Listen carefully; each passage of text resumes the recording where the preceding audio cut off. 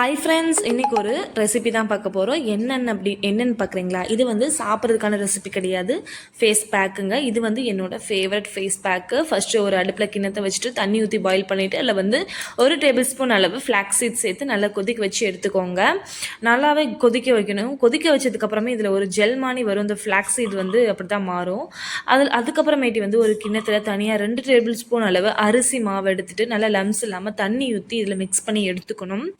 எடுத்துட்டு இந்த நல்லா கரைச்சதை வந்து நம்ம வந்து ஏற்கனவே கொதிச்சுட்டு இருக்கிற அந்த ஃப்ளாக்ஸீட் மிக்ஸில் வந்து ஊற்றிட்டு ஒரு 5 மினிட்ஸ் இருந்தாலே போதும். அடுப்பை லோ ஃப்ளேம்லேயே வச்சு நல்லா வந்து கிண்டி எடுத்துக்கோங்க. கிண்டமும் நல்லா ஒரு க்ரீமி கன்சிஸ்டன்சி வரும்.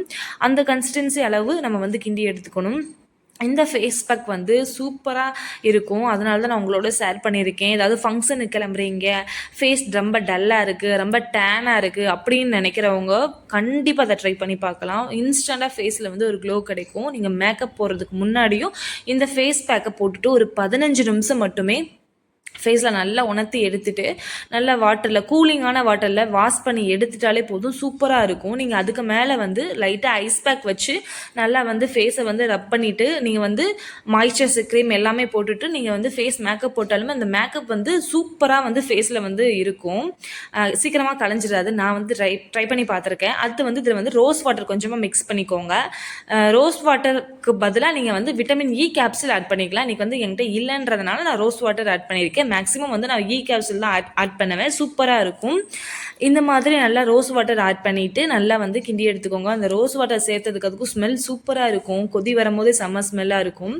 இதை வந்து நல்லாவே கிண்டி எடுத்துகிட்டு இது கூட வந்து இன்னொன்று ஆட் பண்ண போகிறோம். என்னென்னு பார்த்தீங்கன்னா முல்தானி மட்டி பவுடர் வந்து தேவையான அளவை ஆட் பண்ணிவிட்டு நல்லாவே கிண்டி எடுத்துக்கோங்க.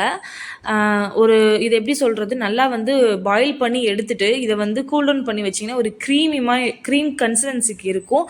அதை வந்து நீங்கள் வந்து ஃபேஸ் பேக்காக போட்டுக்கலாம். இதை வந்து கழுத்துக்கு போட்டுக்கலாம். எங்கே டார்க்காக இருக்குது அப்படி நீங்கள் ஃபீல் பண்ணுற இடத்துல போட்டு நல்லாவே வாஷ் பண்ணி எடுத்துக்கலாம். சூப்பராக இருக்கும். பாருங்கள், அந்த கன்சிஸ்டன்சியே மாறி சூப்பராக க்ரீம் மாதிரி வந்துருச்சு.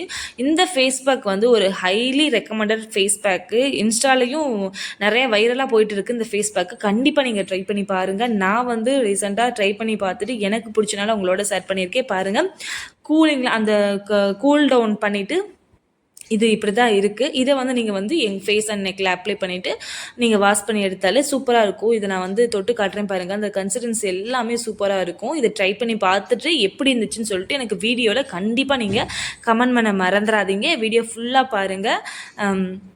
வீடியோ பிடிச்சிருந்தா லைக் பண்ணிவிட்டு சேனலை சப்ஸ்கிரைப் பண்ணிவிடுங்க. தேங்க்யூ.